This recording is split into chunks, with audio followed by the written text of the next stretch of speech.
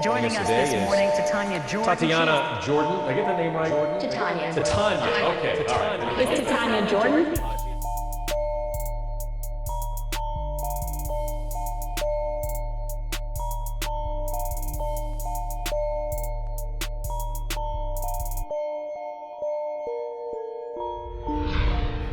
Thank you so much. Tino Mantella, everybody, right here in studio. Old friends now, old right? Old friends, yeah, we are old friends. It's been quite a few years. Yeah. It has, and it's been so much fun to embark on my Atlanta tech journey with you, formerly at the helm of TAG, right? Yeah. And you've made the switch from the nonprofit world to the for-profit world. Yes. And I would love to talk about that. Yeah, let's talk about that. So it's interesting, like you too. I mean, just making any kind of a change. I've always been one that kind of 10 years in a cloud of dust. 10 years is plenty. So when I got to year 11 at TAG, I'm like, okay, 12 years is going to be it for me, guys. So I gave me a year's notice, which was a little bit unique, but it also gave me, for really the first time in my life, a chance to think about what I wanted to do next. Because usually in my world, particularly in nonprofit world, I guess in for-profit too, you're working and then you're getting a call saying, hey, do you want to consider this job? So it's more reactionary than really thinking about, do I want to stay in Atlanta? Do I want to continue to be president? Do I want to work for a nonprofit? Do I want to work for a for-profit? And over time, so I kind of narrowed down, and I narrowed it down to a few options. And I like Tier 4 because it's good integrity in the organization, and we're not vendors. We really sit between the client and the vendor, so we're sourcing for the clients with some high-level expertise. So there's not that many differences really when you get down to it, as you know, when you go into different things. I mean, there's still the blocking and tackling, right? You need this strategic vision, you need the staffing, you need the opportunity to be out there building your brand. You have to do some sales typically. So there's all those elements, same in the nonprofit. I mean, I think the difference more for me is the, kind of looking at the cultural things, because I came from an organization that I guess I built from just a couple staff to 40 or 50 staff, where now there's a small staff again, but they're in place, and there's always a culture in those organizations, which may or may not be the same culture as you're inheriting something versus building something. And under your leadership, correct me if I'm wrong, but TAG became the largest tech trade association in the country. Yeah, world. No kidding. Yeah, in the world. But it's huge. Our state of Georgia, man, way to go. That's really cool. In North America. So we ended when I left about 36,000 members. So it was great. And Atlanta, as you know, because you're right here with me, but it's a great place for building organization like TAG.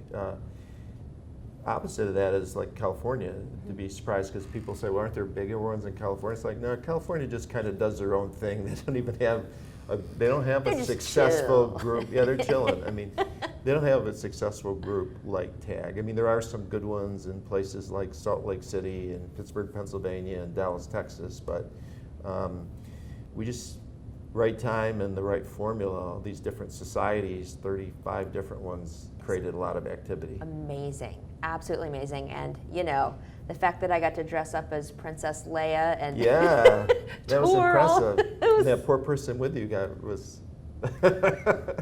Well, anyway, there are pictures online. You can do some digging, right? But let's talk about Tier 4. For those who don't know what Tier 4 does, what does Tier 4 do? So the idea behind Tier 4, started by Jake Sherrill, was there's got to be a better way for IT professionals to procure their IT services. Typically, when one of our clients or any company, big or small, has to make a decision around moving a data center, getting a new phone system, figuring out how to compress their data, they have to figure out where are all the vendors, who are the vendors, how good are they, what are their reputations, are they good for us because we're small, can they serve the world or just our part of the country? How do you vet them? Yeah, so we have over time built a database and really a set of partners that exceed now 600. So we have 600 different vendor partners, and we have all the analytics on each of them. So we'll come in and we'll help do the discovery, analysis, help to do the RFP, send the bids out, get the bids back, go through the whole process. And oftentimes, because the vendors pay us on the back end, which is kind of a unique part of the model, we don't charge our clients for up to 80 hours of service that we provide. So people like that model. We don't have a lot of competition out there that does that. So the last couple of years, and you're familiar with Pacesetters, we were Pacesetter Award winners. So yeah, grew at about 70% last year. So wow, yeah, that's great. Yeah, I mean, we both have been just extremely busy, but working on things that are very, very important, impacting a lot of people, embodying servant leadership, it sounds like, which is great. Well, I like what you said about servant leadership, because at the end of the day, there's nothing wrong with vendors. We all know a lot of vendors, and there are partners, and there's some great companies. But I like, from my position coming out of TAG, it was like, well, this is good because I can say we really sit on the client side of the table, and we'll help you figure out who the best vendors are. We're not vendors, but we help you figure out who the best vendors are. So that's a really wonderful space to be in right now, and much needed. I'd like to give people watching a cool concrete example of a win that you helped for a client. Right. Well, one we're going through right now, big company, I won't say the name of the company, that has a 10-year-old legacy phone system, and they have 15 different business units. So they had to make a decision. First of all, they had to figure out, all their business units had different systems. So how do you create one sort of unified system for your phones? They also happen to be moving into a new building. So we helped them kind of think through. We did focus groups with their employees, with them, and then we narrowed it down to what the requirements would be. And then we identified, and they wanted to move from, to get too technical, I can't get too technical anyways, but not to move from on-premises to what's called Unified Communication, or UCaaS, which a lot of companies are going to the cloud, so that's another cloud option for phones. So we had probably 25 different vendor partners that provide UCaaS. We narrowed it down to, they saw maybe 5 or 6, and now it's narrowed down to 1 where they're going through a proof of concept with that company. But at the end of the day, we saved them a lot of time. Yes. And probably a lot of money, because we also compare apples and apples, get all the bids in, and make sure that a lot of times on paper, you know this as well as I do, somebody submits a proposal or a bid, it may not include all the things, not all the T's are crossed and I's dotted, where another one has, and then they say, wow, this one will save me $50,000 a year, but it really may be the other way around once you get the data. So we're really, we pride ourselves in being the client advisor, trusted advisor, which not our term.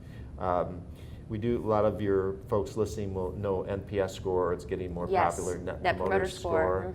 So I also have to knock on wood, and I only can say this until we get a bad one, which we hope to never get, but right now we're 97 out of 100, which is probably top 1%. Boom! In the country. So that's huge. Yeah. So save time, build trust, providing technology wins for companies. Tino Mantella, Tier 4. This is great. Yeah, this is great. It's so nice to finally be able to have time to sit down with you on camera and talk about what you're doing. Well, you guys do such a terrific job. I appreciate the opportunity. Oh, shucks. Gonna make me blush. Let's talk about some of the kind of, I'd say, urgent challenges that a lot of companies are facing now with GDPR. Right. General Data Protection Regulation, so it's really a European regulation that's been around since 1995, but it's hitting the United States, and they're requiring it, and the date that it's required for people that are doing business in the U.S. with companies in Europe would be May 25th of this year. And it is already the 3rd. Yeah. So we've got limited time. We're getting calls. We have GDPR experts on our staff that could come out. We have a little form. If they go to tier4advisors.com website, they could fill out the checklist and see if they feel there's some vulnerabilities there. Not to scare people, and a lot of these things, when you see there could be fines and all, I think that stuff has to kind of fall into place over time. But on paper, the fines could be up to $25 million or 4% of the company. So Yeah, so people have to take it seriously, and again, Tier 4 is one of the companies that's jumped on this and has expertise. We didn't talk about it, but we actually have a little different model that we're spinning out called Tier 4 Secure. Oh. So we have security part of our business as well. That's so key. This ties into that. So we'll do penetration testing. We have CISO, part-time CISOs, phishing, which is in some ways our fastest growing part of the business. Wow. Who are these people that just phish and hack and attack? We don't like them. We don't like them. Trolls, you need to just check yourself, okay, Yeah. and just go away. But actually not, because then Then our business would be gone. Yeah, so just pace yourself, yeah, please. it's a balance. I've totally gone off the rails. I'm sorry. You have done so much for this community. Oh, thank you for saying that. What can we do for you? How can we help you? For people watching, obviously we go to tier4advisors.com. Yes. What else? What can we do?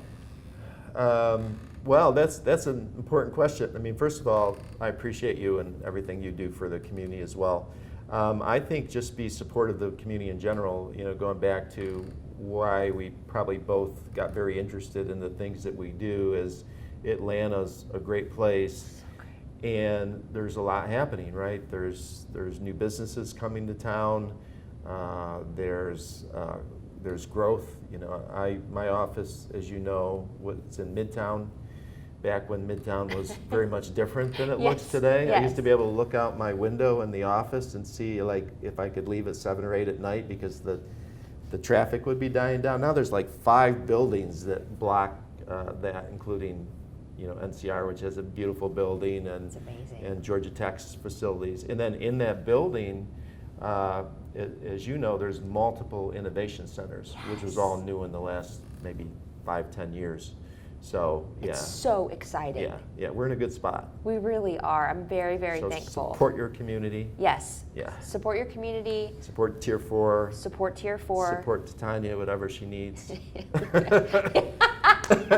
kind of a broad question. That's another rabbit hole we could go down. So, tier4advisors.com. Yes. Are you super active on Twitter, LinkedIn?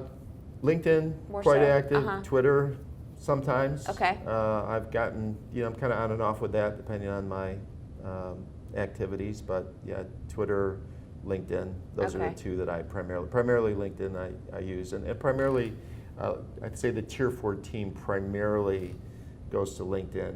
And Cool. we had some cool, I thought I'd be out of the event business when I left TAG, but we're still doing events. Wow. So we did an event called Tank Town, if you ever want to have an interesting experience. So it's in the mountains a ways, about an hour and a half from here, but you can actually drive a tank and shoot a machine gun, and yeah, it's crazy. So we got a lot of CIOs that wanted to go to that and partner with us. That's awesome. You need to remember me when you do this sort of thing. Titania for next Titania Tank would Town. like to drive a tank. That is really cool. Yeah, that's a cool event. Yeah. It's fun. Thinking outside the box, building community, Yeah. forming relationships, fostering those, again, building trust. It's great.